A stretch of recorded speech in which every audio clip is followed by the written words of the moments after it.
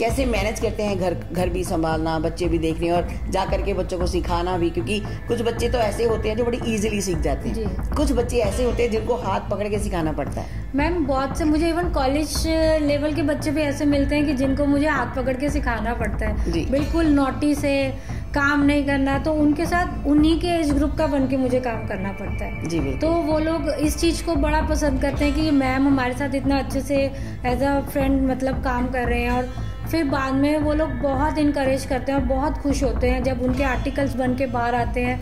वो लोग मतलब खुश होते हैं कि हम लोगों ने इतना अच्छा काम किया है, बहुत मतलब अच्छा लगता है ये। अभी तक कितने बच्चों को सिखा चुके हैं और कितने बच्चे आपसे सीख करके खुद काम कर रहे हैं? मैम मेरे से अभी तक आई थिंक 50,000 तो बच्चे मेरे को लगता है, अगर 2016 से मैं अब तक सिखा रही तो 50,000 बच्चों को तो मैं सिखा चुकी हूँ। क्या बात। इवन लॉकडाउन में मेरे ऑनलाइन सेशंस भी चलते थे जिसमें कि ऑल ओवर इंडिया मेरे पास स्टूडेंट्स थे, ऑल ओवर इंडिया थे। तो उसमें से मेरे बहुत से स्टूडेंट्स हैं जो कि एक दो मेरे स्टूडेंट्स हैं जो साउथ के हैं, और वो लोग एज अ टीचर अब इसी आर्ट लाइन में एज अ टीचर जॉब कर रहे हैं और बहुत अच्छे से अपनी अर्निंग कर रहे हैं। और बात की जाए अगर अपने लोकल जालंधर की, तो जालंधर में भी मेरे बहुत से बच्चे हैं, बहुत से मेरे स्टूडेंट रह चुके हैं जिनको मैं कहूँगी जिन्होंने मेरा एक बार दो बार सेशन अटेंड किया है कॉलेजेस में, स्कूल्स में, तो वो भी आज as a teachers different colleges में जॉब कर रहे हैं और बहुत अप्रिशिएट करते हैं और आगे अपने कॉलेज में मुझे इनवाइट करते हैं कि मैम हमारे स्टूडेंट्स को आके आप सिखाइए। जी।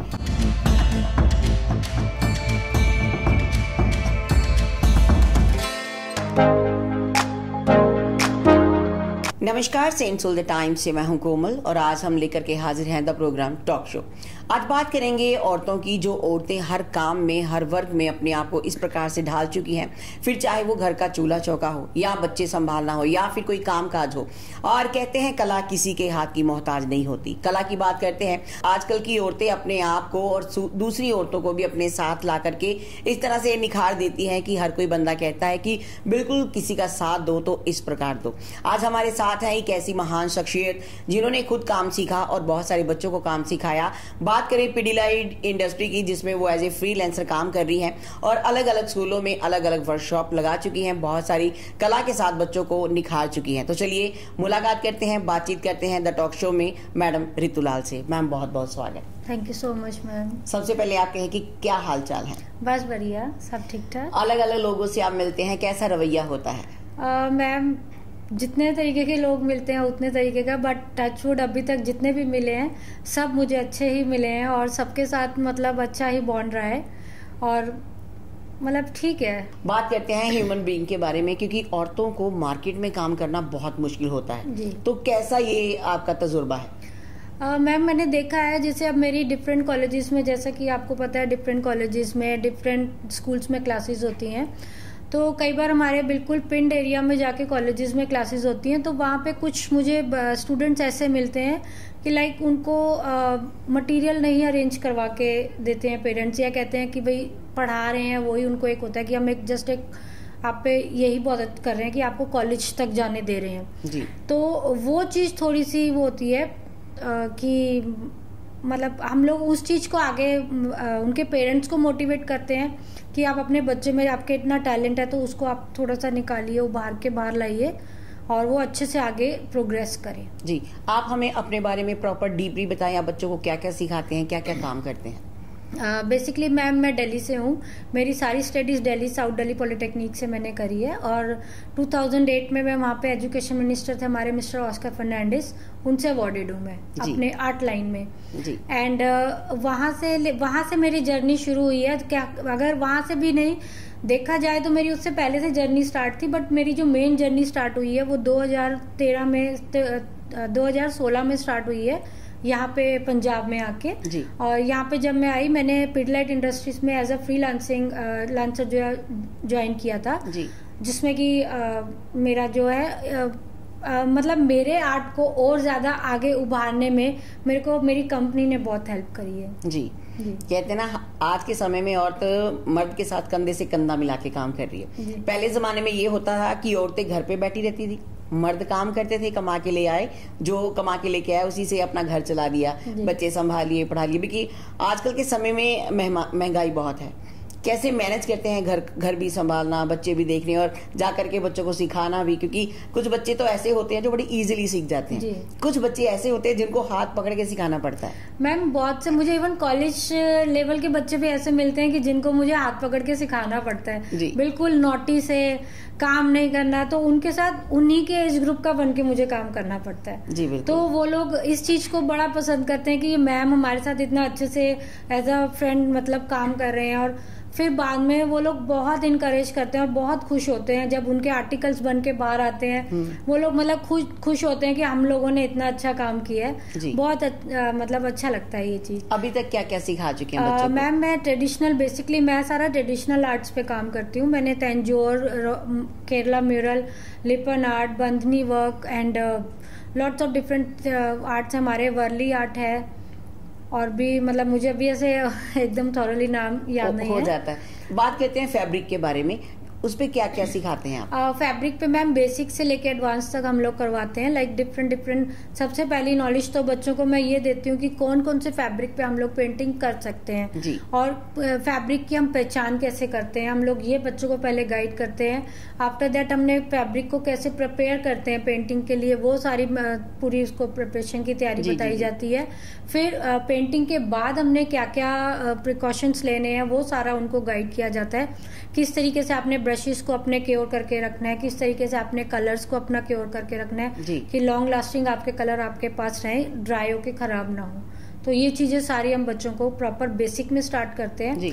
उसके बाद जब फैब्रिक पे काम पे आते हैं तो स्टेंसिल हो गया, ब्लॉक प्रिंटिंग हो गई, डिफरेंट टाइप का स्टैंपिंग हो गया, स्ट्रोक्स हो गए, फ्री हैंड हो गया, वेट ऑन वेट हो गया, एंड लॉट्स ऑफ थिंग्स हैं जिसमें बच्चे की सीखते हैं बेसिक के साथ काम अपना। इसमें ब्रश का बहुत डिफरेंट रोल रहता है, मतलब मैंने देखा है कि अलग अलग प्रकार के ब्रश होते हैं, वो ऐसे क्यों होते हैं? वो ब्रश के बारे में थोड़ा सा बताएं। ब्रशेस मैम, ब्रशेस का कई जगह देखिए हमारा कोई एक पोर्शन होता है थोड़ा फ्लैट होता है, तो कई बार क्योंकि एक मतलब कहने को राउंड ब्रश और हम लोग फ्लैट ब्रश का काम करते हैं, बट एक पर्टिकुलर अगर आप कंटिन्यू जब आप ब्रशेस के साथ काम करना स्टार्ट करते हैं तो कई बार होता है हमारा एक ब्रश के ऊपर हाथ टिक जाता है। लाइक मेरे को सिर्फ अगर मुझे एक हैबिट हो गई है कि मेरे को फ्लैट ब्रश के साथ मेरा काम इजीली हो जाता है, और वही काम आप मे बी आप उसको राउंड ब्रश के साथ अच्छा कर सकते हो, तो वो होता है। लेकिन हर एक पर्टिकुलर एरिया के लिए हम लोग ब्रशेस को डिफरेंट को यूज करते हैं। और आउटलाइन के लिए जैसे हमने कोई पे बारीक आउटलाइन देनी है तो बारीक राउंड ब्रश के साथ ही आउटलाइन करते हैं हमेशा, और उसमें बारीक ब्रश ले लिया, थोड़ी मोटी आउटलाइन है तो थोड़ा मोटा ब्रश ले लिया, तो उसके अकॉर्डिंगली ब्रशेस को उसकी जो है नंबर्स चेंज होते रहते हैं। जी, कलर कॉम्बिनेशन कैसे बनाते हैं? कलर कंट्रास्ट में देखिए, कलर कंट्रास्ट का ये होता है कि जब आप एक मतलब जब आप कलर्स के साथ प्ले करना स्टार्ट कर देते हैं ना, एक होता है ना कलर्स के साथ हम लोग स्टार्ट कर रहे हैं, तो वो धीरे धीरे ना आपकी एक माइंड में सेटअप बन जाता है। तो आप अब कई बार क्या होता है कि कई बार कि मेरा तो नॉर्मली मेरे साथ तो यही है कि जब भी मैं कहीं पे भी कोई कलरिंग स्टार्ट करती हूँ, लाइक कोई कैनवस बना रही हूँ या मैं फैब्रिक पे कर रही हूँ या क्ले पे, मैं कुछ भी कलर कंट्रास्ट सोच के काम नहीं करती कि मुझे ये कंट्रास्ट करना है। मेरे पास उस टाइम पे मैं अपने कलर्स पैलेट पूरी बना लेती हूँ, और उनमें से मुझे चूज करना होता है कि मैंने यहाँ पे ये कलर इसमें करना है, इसमें कलर करना है, और टचवुड वो मेरा जो आर्टिकल निकल के आता है बहुत ही खूबसूरत निकल के आता है। जी, अभी तक कितने बच्चों को सिखा चुके हैं और कितने बच्चे आपसे सीख करके खुद काम कर रहे हैं? मैम मेरे से अभी तक नॉट मतलब मैं कम ज्यादा का कोई रेशो मुझे कुछ आइडिया नहीं। आई थिंक 50,000 तो बच्चे मेरे को लगता है, अगर 2016 से मैं अब तक सिखा रही तो 50,000 बच्चों को तो मैं सिखा चुकी हूँ। क्या बात। इवन लॉकडाउन में मेरे ऑनलाइन सेशंस भी चलते थे जिसमें कि ऑल ओवर इंडिया मेरे पास स्टूडेंट्स थे, ऑल ओवर इंडिया थे। तो उसमें से मेरे बहुत से स्टूडेंट्स हैं जो कि एक दो मेरे स्टूडेंट्स हैं जो साउथ के हैं, और वो लोग एज अ टीचर अब इसी आर्ट लाइन में एज अ टीचर जॉब कर रहे हैं और बहुत अच्छे से अपनी अर्निंग कर रहे हैं। और बात की जाए अगर अपने लोकल जालंधर की, तो जालंधर में भी मेरे बहुत से बच्चे हैं, बहुत से मेरे स्टूडेंट रह चुके हैं जिनको मैं कहूंगी जिन्होंने मेरा एक बार दो बार सेशन अटेंड किया है कॉलेजेस में, स्कूल्स में, तो वो भी आज as a teachers different colleges में जॉब कर रहे हैं और बहुत अप्रिशिएट करते हैं, और आगे अपने कॉलेज में मुझे इनवाइट करते हैं कि मैम हमारे स्टूडेंट्स को आके आप सिखाइए। जी, अभी तक कितने कॉलेजेस में जा चुके हैं और कौन कौन से कॉलेजेस में आप जा चुके हैं? मैम जलंधर में मैं HMV, KMV, सेंट सोल्जर मेरी फैमिली है, सेंट सोल्जर का नाम मैं हमेशा लूँगी। एंड जितने भी हमारे और कॉलेजेस हैं, लायलपुर खालसा है, और नाम मुझे ऐसे माइंड में नहीं। बाकी मेरा पठानकोट बेल्ट जो है हमारी, वहाँ पे मेरे सारे कॉलेजेस ऑलमोस्ट मैं कर चुकी हूँ। गर्दीवाल में, मालपुर में, और दसुआ, मुकेरिया से आगे एक पिंड है वहाँ पे। तो मेरे पास पिंड एरिया के कॉलेजेस बहुत हैं जी। और जहाज साहब है लुधियाना में, समराला के पास, वहाँ पे। तो मतलब जहाँ से मुझे कोई बुलाता है मैं काम के लिए हमेशा तैयार रहती हूँ जी। और कौन कौन से आर्ट्स करते हैं आप? और मैम फैब्रिक पेंटिंग कराती हूँ मैं, क्ले वर्क करवाती हूँ, स्कल्पचर आर्ट होता है उसके अंदर डिफरेंट स्कल्पचर्स वगैरह क्ले के साथ बनाते हैं हम लोग। और उसके बाद हम लोग करते हैं कैनवस पेंटिंग वगैरह लाइक करते हैं हम लोग जी। और डिफरेंट ट्रेडिशनल आर्ट्स, जैसे मैंने आपको बताया लिपन आर्ट वगैरह। आज भी लेटेस्ट मेरे जो सेशन हुआ उसमें मैंने लुकिंग मिरर को, हम लोग डेकोरेटेड मिरर जो मार्केट में इतने एक्सक्लूसिव मिलते हैं, वो बच्चों ने खुद बनाने सीखे हैं कि हम कैसे इस कम बजट में अपने घर को डेकोर करने के लिए इतना सुंदर मिरर बना सकते हैं जी। बात करते हैं कलर्स की। कलर्स बहुत सारे होते हैं, तो जैसे आपने बताया कि डिफरेंट कलर्स होते हैं। लाइक समझ लीजिए कि आपने सी ग्रीन का कुर्ता पहना है, तो इसके ऊपर कौन से कलर ज्यादा उठेंगे? मैम इसके ऊपर लाइट शेड्स अच्छे लगेंगे। ओके जी। अब जैसे अगर आपके इसमें कंट्रास्ट देखा था, तो व्हाइट के ऊपर पिंक और लिटिल बिट ब्लैक के उसने डॉट्स दे रखे हैं। बिल्कुल। और यही अगर हम ये वाला जो आपका ये कॉम्बिनेशन अगर मैं इस कुर्ते पे करूंगी तो वो बिल्कुल अच्छा नहीं लगेगा। It's depend on your base colour कि आपका बेस कलर क्या है। अब जो मेरा बेस कलर, इसके ऊपर मैं लाइट शेड्स ले सकती हूँ, व्हाइट ले लिया, लेमन येलो ले लिया, या फिर मैं पेस्टल शेड्स के साथ इसके ऊपर ज्यादा प्ले करूंगी तो वो ज्यादा हाईलाइट होगा। क्योंकि ये बड़ा अहम रहता है ना कि कौन से कपड़े पे कौन से कलर करें, है ना। तो मुझे लगता है कि जो ये लिपन आर्ट सीखते हैं या इस ट्रेडिशन के साथ जुड़े हुए हैं, उनके मन में कोई क्वेश्चन होंगे। तो आपको कभी ऐसे क्वेश्चन आंसर किसी ने करे हैं कि मैम ये कलर नहीं अच्छे लग रहे, ये बनाते हैं? मैं बताती हूँ मैम, इसका भी होता है, बच्चे कई बार डाउटफुल हो जाते हैं। देखिए जो लिपन आर्ट आप बात कर रहे हैं, लिपन आर्ट हमारे ट्रेडिशनल आर्ट में आता है जी। लिपन आर्ट है हमारे गुजरात में एक एरिया है भुज, वहाँ के जो ट्राइबल आर्ट कह सकते हैं यहाँ की, या फिर वहाँ के जो लोकल जो एक पॉपुलेशन है, वहाँ के जो लोग हैं, जैसे हम लोग के यहाँ पे जब शादी वगैरह होती है, हम फुलकारी से घरों को डेकोरेट करते हैं। तो वहाँ पे वो घरों को डेकोरेट करने के लिए लिपन का काम यूज करते हैं। लिपन मीन्स होता है लीपने के लिए वहाँ पे एक पर्टिकुलर, वहाँ की जो भुज में ही एक जो उनकी मिट्टी है वहाँ की, वो यूज की जाती है। उसमें कैमल डंग को यूज किया जाता है और 3-4 तरीके की जो मिट्टी है उसको मिक्स करके वो लोग एक क्ले डो बनाते हैं, क्ले बनाई जाती है, जिसके साथ वो लोग अपनी वॉल्स के ऊपर डेकोरेशन करते हैं। और उसमें अलग अलग मिरर्स की शेप्स, अब तो हमें तो शेप्स वगैरह मिल जाती है इजीली, बट जो विलेजेस वगैरह में होता है, जो पुराने ट्रेंड होते थे, तो वो लोग यूज करते थे लाइक शीशे के टुकड़े करके उनको टेढ़े मेढ़े पीसेस को ही रख के ऐसे पेड़ लगा के, और उसको डिफरेंट क्ले के साथ ही उसकी राउंड शेप, स्क्वायर शेप, वो उसको ऑटोमेटिकली बना लेते थे जी वो लोग। और बात आती है कलरिंग की, तो मैम ट्रेडिशनल आर्ट में आप कोई भी आर्ट फॉर्म उठा लीजिए, जो हमारे ट्रेडिशनल, जो हमारे पुराने आर्ट फॉर्म्स हैं, सब में एक नेचुरल कलर्स का यूज किया जाता है। नेचुरल कलर्स मीन जैसे व्हाइट कलर के लिए चूना, चावल का आटा यूज किया जाता है, रेड कलर के लिए गेरू को यूज किया जाता है, और ग्रीन कलर के लिए पत्तियों को, जो हमारे पेड़ पौधों की पत्तियां होती हैं, उनको सुखा के उनको बॉईल करके सुखाया जाता है, पाउडर बनाया जाता है, फिर उसके बाद उसको एज अ कलर वो लोग यूज करते हैं। और ऐसे ही डिफरेंट कलर के फ्लावर्स को वो लोग यूज करते हैं कलरिंग के लिए जी।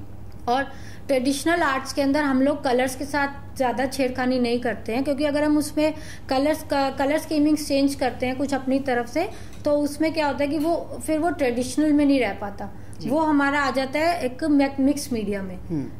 लाइक मतलब वो हम प्रॉपर उसको ट्रेडिशनल आर्ट में नहीं कहेंगे। ट्रेडिशनल आर्ट्स में हमारे जो बेसिक कलर्स चलते हैं, रेड, ग्रीन, ब्लू, येलो और ब्लैक एंड व्हाइट, ये वाले जो हमें नेचर से हम लोग क्रिएट करते हैं कलर्स, वो कलर्स यूज होते हैं। कोई ऐसी जिंदगी में खास बात जो मन में अभी तक हो, कभी किससे शेयर ना करी, क्योंकि आपने कहा कि 50,000 बच्चों को आप सिखा चुकी हैं जी मैम। कोई ऐसा बच्चा है जिसने कहा कि मैं सीख नहीं पाऊंगा, मेरे पास पैसे नहीं है? मैम मेरे साथ 3 to 4 टाइम्स आई थिंक ये इंसिडेंट हो चुका है, और अभी लेटेस्ट ये हुआ है 2-3 दिन पहले ही आप कह सकते हैं जी। मेरी एक क्लास चल रही थी, वहाँ पे बच्चे थे बहुत सारे, सबके पास मटेरियल था और यही सेम जो मैं आपको आज बता रही हूँ ये काफ़ी बार हो चुका है और मैं इमोशनली बहुत ज़्यादा लाइक अटैच हो जाती हूँ ऐसे बच्चों के साथ, क्योंकि उनका एक होता है कि उनको काम करना है। तो वो बच्चा ना बड़ी ललक से ना जैसे कलर्स को देख रहा था। मैं जब जाती हूँ तो मैं अपना मटेरियल लाइक हम लोग कलर्स वगैरह लेके जाते हैं जी। तो मेरे कलर्स को भी बड़ा वो मतलब ऐसे देख रही कि मतलब उसके पास नहीं था, सच्ची बोलूँ तो मेरे को थोड़ा सा फील हुआ। तो मैं कहा चलो ठीक है, बच्चा आया कर रहा है। तो उसके मैम ने उनको हेल्प करी। उसने बच्चे ने जो उनको रेकमेंड मैम ने कलर प्रोवाइड करवाए, उसने बच्चे ने काम किया। तो मैंने जब वो बच्चे का काम देखा, मैम इतना खूबसूरत काम उस बच्चे ने किया। उसके पास ब्रश भी लोकल सा कोई छोटा सा ब्रश था जिसके साथ उसने फैब्रिक पेंटिंग करी और मुझे उम्मीद नहीं थी कि वो इतना सुंदर बनाएगी। उसने बहुत सुंदर काम किया। तो उसको फिर मैंने लास्ट डे पे जब हमारा का वर्क हुआ, तो जब हम लोग बच्चों को सर्टिफिकेट्स वगैरह प्रोवाइड कर रहे थे, तो मैंने उसको मैंने नई फ्रेश कलर किट अपनी तरफ से पर्सनली मैंने उसको एक गिफ्ट करी। और मैम मैं आपको वो बता नहीं सकती जो उस बच्चे की उस टाइम पे फीलिंग्स थी ना। उसने जब मेरे को हग किया ना, इतना टाइटली हग किया उसने मुझे, इतना अच्छा फील हुआ। और मतलब उसको देख के ना शायद अगर मैं 2 मिनट उसको और देखती तो शायद मेरा भी रोना निकल जाता। तो ये इंसिडेंट मेरे साथ कई बार हो चुका है और मैं इन बच्चों को ऐसे बच्चों को मैं बहुत इनकरेज करती हूँ कि बच्चे तुमने जो सीखना है तुम सीखो और जो आगे करना चाहते हो करो। और आगे आपको बढ़ाने के लिए मैं यहाँ बैठी हूँ। आपको मैं कैसे आपने आगे अपने आर्टिकल बनाने हैं, कैसे आपने उनको सेल के लिए बनाना है, कैसे आपको कम बजट में अच्छा आर्टिकल बनाना है, वो सब मैं आपको गाइड करूंगी। तो इस तरीके से मैं मतलब ये होता है मेरे साथ। आपकी कंपनी के बारे में बात कर लेते हैं जहाँ आप काम करते हो, फ्रीलांसर। क्या फ्रीलांसर काम करना ज्यादा बेहतर है या कि एक जगह टिक के काम करना ज्यादा बेहतर है? मैं अपना पर्सनल बोलूँ तो मेरे लिए तो फ्रीलांसिंग ही बेटर है, क्योंकि फ्रीलांसिंग में मेरे को ये है कि मैं अपने घर को भी पूरा टाइम दे देती हूँ, मैं अपने बच्चों के साथ भी अच्छा टाइम स्पेंड कर लेती हूँ और मैं अपने काम में भी पूरा प्रॉपर ध्यान दे लेती हूँ और मैं अपना एक्स्ट्रा वर्क भी कर लेती हूँ साथ में। ये बहुत बड़ी बात है, अपने घर के लिए टाइम निकालना, अपने बच्चों के लिए टाइम निकालना। बेशक आप कमाते हैं और ये साथ में फैमिली को भी देखते हैं, तो ये ज्यादा अच्छा है। अक्सर कहते हैं कि जब मर्द कमाता है तो हम ये कहते हैं कि हम कुछ भी कर सकते हैं। जब औरत कमाती है तो मुझे ये लगता है कि हम दोनों मिलके सब कुछ कर सकते हैं, अपने घर के लिए खुशियां खरीद सकते हैं। जी, क्या कहना चाहेंगे सबके लिए? मैं यही कहूंगी कि जितना ज्यादा आप सीख सकते हैं आप भी सीखिए, कहीं पे भी पीछे मत रहिए। जरूरी नहीं है कि सिर्फ आर्ट में ही आपको, जिस लाइन में भी आप अच्छे हैं, आप कुकिंग में अच्छे हैं, आप किसी को स्टडी कराने में अच्छे हैं, लाइक आपका मैथ्स अच्छा है, आप मैथ्स की टीचर एज अ ट्यूटर आप जॉब कीजिए, कुछ भी कीजिए, बट आप लोग जरूर कीजिए कुछ ना कुछ। अपने आप को पीछे मत रखिए। आप ये मत सोचिए कि मेरा बच्चा छोटा है उसको मैं कैसे संभालूं। आप अपने आप को उस टाइप से शेड्यूल कीजिए अपना सारा, कि मुझे इस टाइम पे, अब बच्चे जिस टाइम पे स्कूल होते हैं ऑब्वियसली वो टाइम आपके पास फ्री होता है, तो उस टाइम में गॉसिपिंग से बेटर है कि आप अपने किसी स्किल को बाहर निकालिए, वो आपके लिए ज्यादा अच्छा है। टैलेंट सबके अंदर होता है, लेकिन टैलेंट पहचानने वाला कोई ना कोई जोहरी आपको जरूर मिल जाता है जो आपको बताता है कि तुम इस काम में बहुत अच्छे हो, इस काम में आगे जा सकते हो। तो प्लीज उनकी बात माना कीजिए, अपने आप को निखार लिया कीजिए, क्योंकि ये जो समय है, ये जो मौके हैं बड़ी मुश्किल से मिलते हैं और मौका बार बार नहीं मिलता। एक ही बार जिंदगी में मौका मिलता है तो मौके को संभाल लेना चाहिए। मैम कहते हैं जहाँ चाह वहाँ राह, सीखना सभी को है लेकिन उनको कोई मौका नहीं मिलता। तो जैसे आपने पहले बताया कि आप ऑनलाइन भी बहुत सिखाते हैं, तो आपकी आईडी के बारे में बताएं ताकि अगर कोई सीखना चाहता है तो आपके साथ टाई अप कर सके। मैम मेरी इंस्टा आईडी है Ritz art club, RITZZ art club Ritu के नाम से। आप मुझे वहाँ पे फॉलो कर सकते हैं। आपको वहाँ पे डिफरेंट DIYs भी मिलेंगे और आप वहाँ पे मुझे पर्सनली मैसेज भी कर सकते हैं। और जो भी आपको कोई भी आर्ट में आपका हाथ रुक रहा है, आपको कोई डाउट है, तो वहाँ आप मेरे से क्लियर कर सकते हैं।